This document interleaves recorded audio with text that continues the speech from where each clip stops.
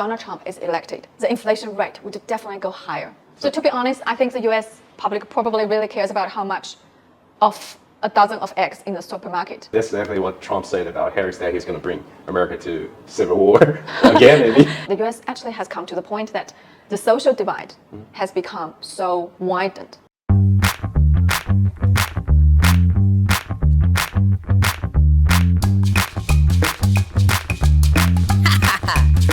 As we know, that U.S. debate has ended, and we were probably going to see the last debate before the election in November. And I believe many viewers have seen it through political shows and news about it. And today we want to talk about the U.S. election debate and the U.S. election from China's perspective, and go in depth into the impact of the current American political circumstances on the globe. And this is Base Debate. I'm Joe, and today I'm happy to invite Dr. Shen, Associate Professor from Central Universities. So firstly, I want to talk about that. It has been a while since the presidential debate. I just want to ask for your brief views on these two candidates. Yes. Well, I think Harris actually did a great job out of a lot of people's expectation.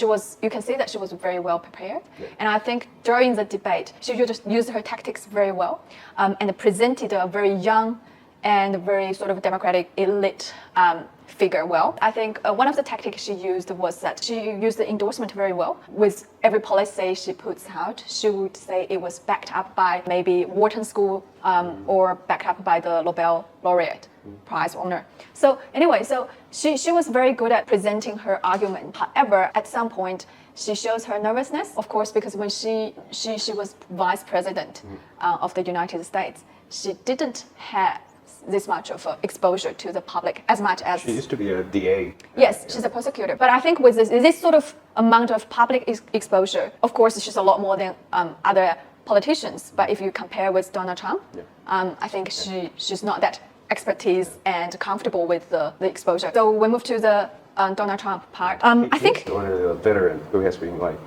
several presidential debates, whether it's in 2016 against Hillary, and now against Biden, and then against Harris. So he's much more experienced. So how about your view on him?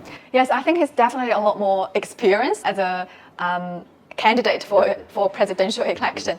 He also, I think in this debate particularly, I think he was provoked actually by Harris.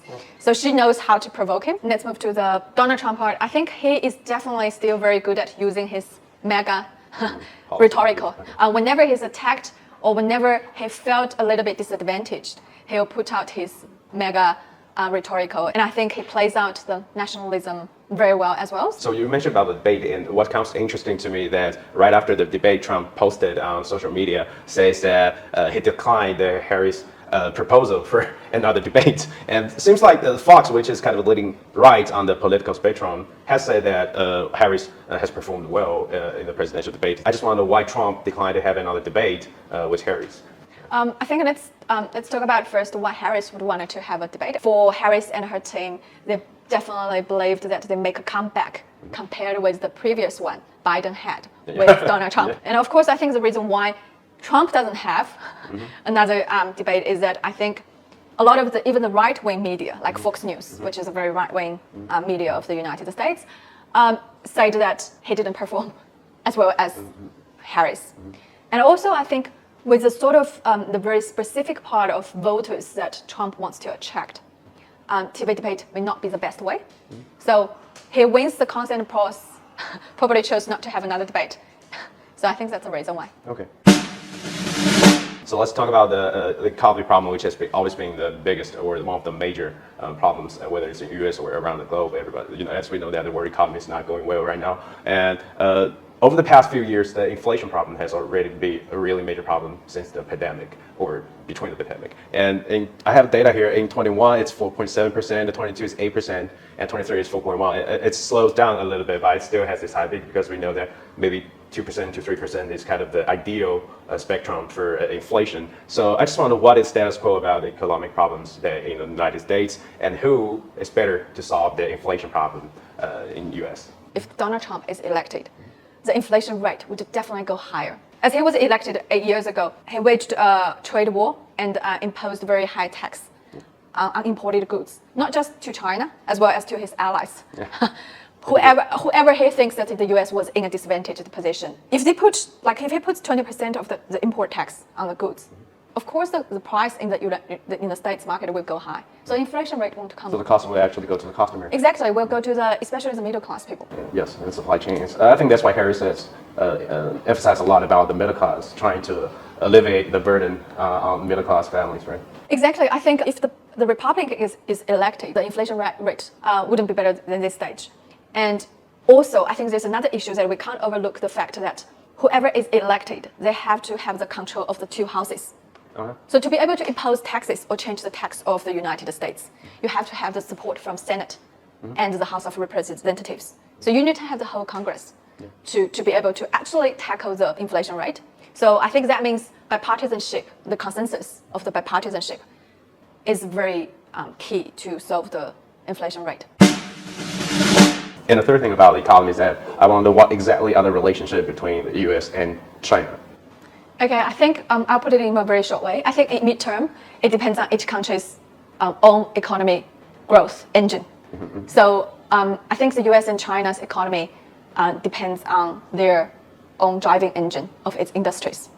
So of course, they're very intertwined in terms of trade, but they're also very different countries with very different systems. And I think in the long run, the inflation rate of the US wouldn't change much about China's economy at all, which depreciated by approximately 4% against the dollar over the past year. And of course, a weaker yuan makes China exports cheaper, but also increases the cost of importing raw materials and servicing foreign debt. And also on the supply chain side, US inflation has contributed to rising global commodity prices. But I think in the middle run, in the midterm, I think it depends on China and the US economy's driving engine, their own industry growth. So in the long run, I think it wouldn't have that much effect on China at all. And according to my observation, that the frequency of the word China that's being mentioned in this presidential debate has declined a lot compared to the last few debates, whether Trump versus Biden or Trump's debates 8 years ago in 2016. That's China, China, China all the time, right? China, China, China, China, China, China, China, China. So based on my impression that there are only like chips or tariffs, that's certain topics related to China, but the frequency has kind of declined. So does that show that maybe the internal or domestic problems of U.S., like the economy, the immigrants, the abuse of drugs, or gun violence, has become the major contradictions that maybe has made U.S. ignore the problem of China? Or should China be vigilant towards this kind of phenomenon? I think it's definitely a very good thing. That means the US politician is paying attention to their own problems instead of blaming it on China. And I think the US is prioritizing its own domestic issues, such as the gun violence and economy inflation rates. Those are actually the issues that the US has of its own, and it's not caused by any other country. And in terms of the foreign policy the US has towards China, I think if the Democrats is elected, it definitely would put more effort into building their allies. Yeah. And of course, the Washington has already reached the consensus that China is a strategic competitor of the United States. It's not going to change. So, but at the moment, I think in the presidential election, it wouldn't have they wouldn't put more energy into making that clear anymore. So to be honest, I think the US public probably really cares about how much of a dozen of eggs in the supermarket, rather than the US would actually, to interfere with another country's business. So also they would probably care if they will be able to carry abortion. So a lot of the media in the U.S. has said that the U.S. has come to the crossroad that determines maybe the future of the United States. I just want to know that since Trump has appeared to the audience as the unorthodox candidates, and I just want to know whether the establishment will actually gain America back at this battlefield. Yes, and I think, of course, it is actually widely agreed by a lot of the U.S. Media elites that U.S. is at the most divided point of their history since the Civil War. Oh yeah, that's exactly what Trump said about Harris, that he's going to bring America to civil war again, maybe. But I think, especially with you can see the gunshot that the Trump experienced, it is actually quite a very dramatic and a very fierce outburst of the society. See something that said, take a look at what happened. The reason why is that I think the U.S. actually has come to the point that the social divide has become so widened. The conflict between the U.S. society maybe comes out from the clash of the race and the class. But I think now it becomes like the right wing and the left wing The people who's pro abortion rights and the people who's against abortion rights. People who's pro illegal immigrants, people who's against illegal immigrants. The society is very segmented at this point of the United States. So you mentioned about the rift that the society in the U.S. has been going on right now. So does that mean that the U.S. society has been experiencing a kind of rift, and are they going into this kind of exhaustion?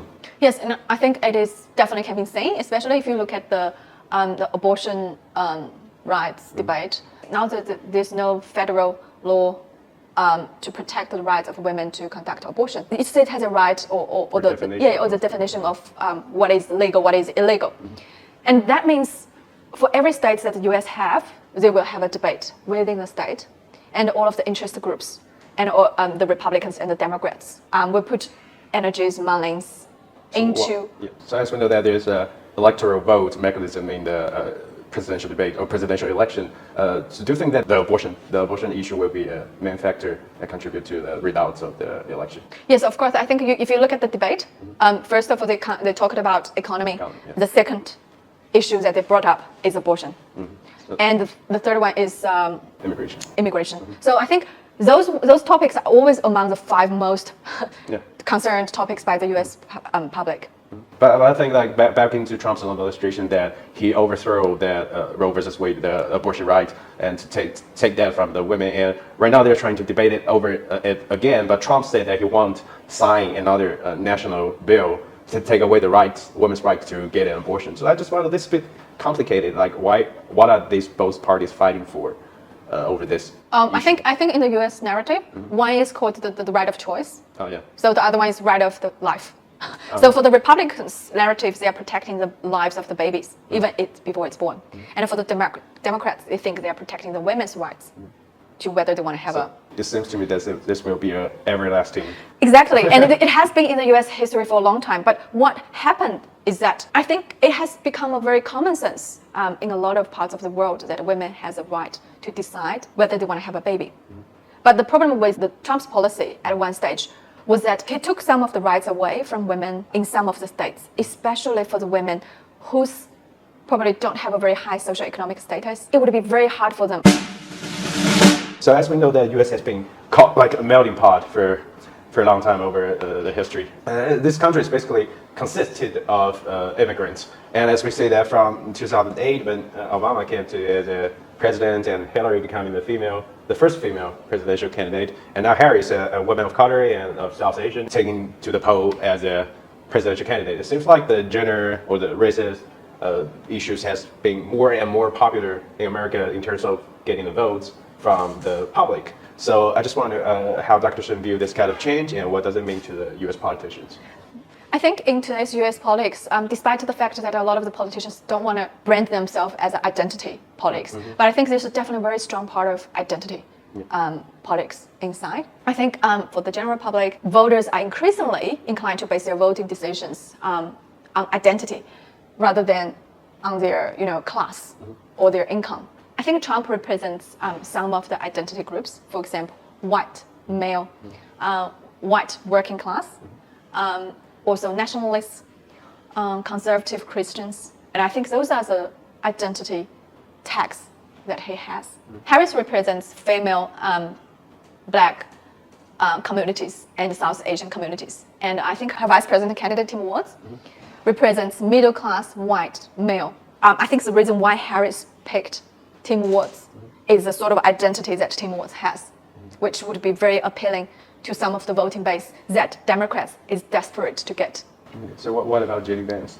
I remember last time you told me that you were reading his book, The Hillbilly? Hillbilly, yes. Yeah. I think that book is actually a good book to read and to understand the sort of the life of the Rust Belt. They sort of felt very left out by the globalization and by the politicians.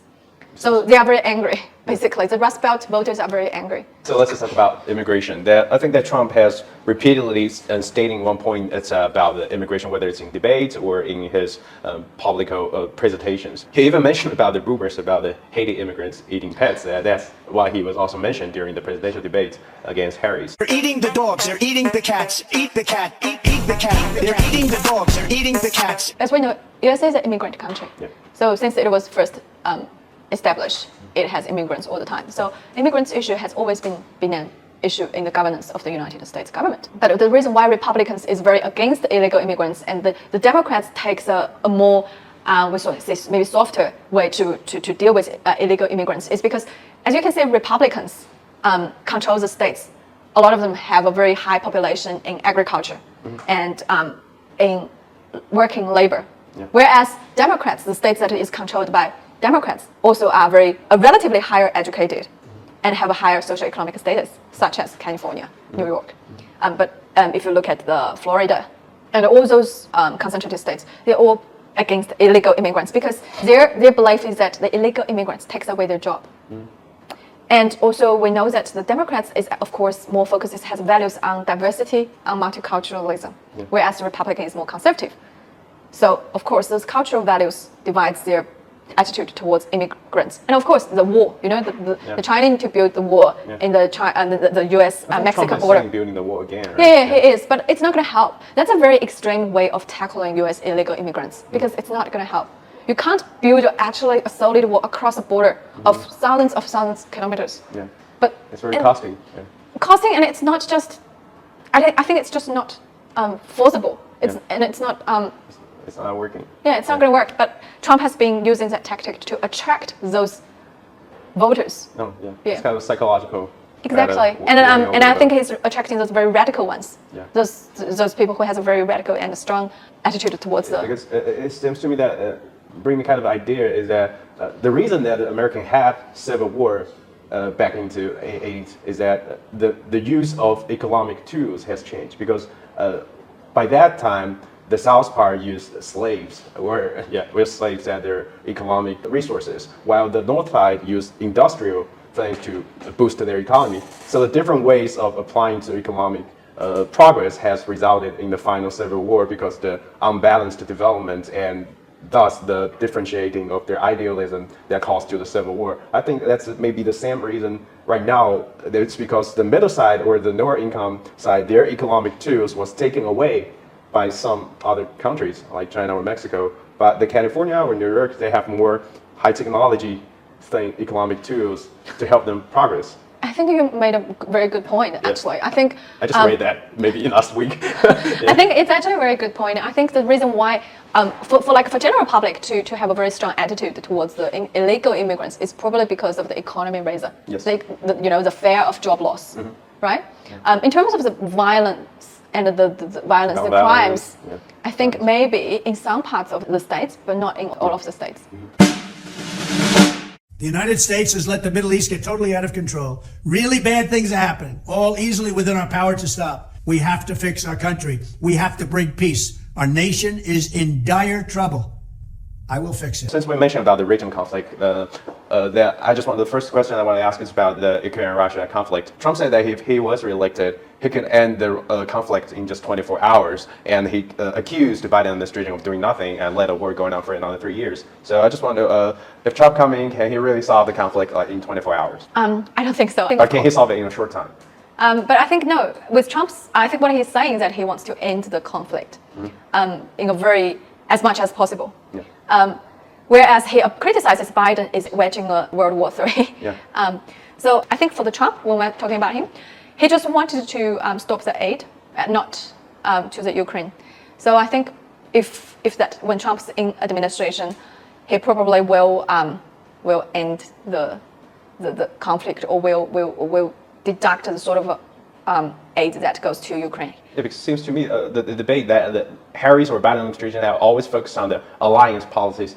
She supported Israel, she supported NATO, she supported Ukraine. But when it comes to Trump says, "Oh, okay, American first. I want to cut all the aids if it's not in my interest." Is that how it works? Yeah, exactly. That's actually that has been the tradition of the two parties for a very long time. So Democrats is more internationalism and they place a focus on their allies. But when Trump was in administration, he withdrawn pretty much from all of those allies network. Yeah. So because he thinks those are all the burdens to the U.S. I think that is more of Democrats is definitely more culturally or value based when it comes to a party. As you can see, the voting base is from different ethnic background. So of course, I think when it comes to foreign policy, Democrats is more into the sort of allies. They believe that the allies would reinforce the U.S. hegemony. For the Republicans, especially for Trump, he doesn't buy that at all. I think for Trump personally, he believes isolationism, and I think he has that sort of mindset, and everything can be exchanged. So friends and allies, he thinks a lot of things is negotiable. And the second regional conflict is a Palestinian-Israeli conflict. And Trump also said in the debate that if he was the president, the conflict won't happen. But and he trying to depict Harris as a person who hated Israel and Arab. And he also said that if Harris was elected, that Israel won't be existed in 2 years. But we also know the fact that in 2017 that Trump actually acknowledged the Jerusalem as a capital of Israel and moved the embassy from Tel Aviv to Jerusalem. Last month, I also took an action endorsed unanimously by the U.S. Senate. I recognized Jerusalem as the capital of Israel. And that's also incited the Hamas. So in terms of the political interest, I just want to know what kind of political interest do both parties stand down on Palestinian-Israel issues? I think, first of all, I would like to make a very clear point is that U.S. bipartisan support for the Israel. So there's a bipartisan support of Israel. It's consensus. Yeah, it's consensus. The only difference between the Democrats and the Republicans is that I think, especially with the Palestinian issue, is that Democrats, of course, supports the Israel to take out the Hamas, but at the same time, they wanted some humanitarian support for the Palestinian people, whereas Republicans take a more strong stance. So I think that's the difference between the two parties, but in essence, they're the same. So my last question is, will Dr. Shen give us the prediction? Because we know that the poll before the ABC debate, the actual approval ratings is kind of neck to neck. So maybe this is the last presidential debate before November's election. So can you give us a maybe small prediction of who's going to win? Well, first of all, I think it's a very dangerous thing to do any predictions for any international relations researcher. But I would like to say that I think the US is at a crossroads point.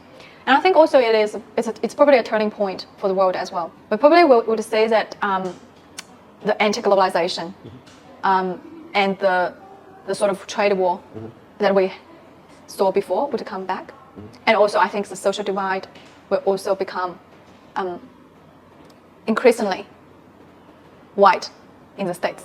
So that will be the end of our show today, and we're looking forward to have more topics with Dr. Shen next time. Thank you again for coming to our show. Thank you.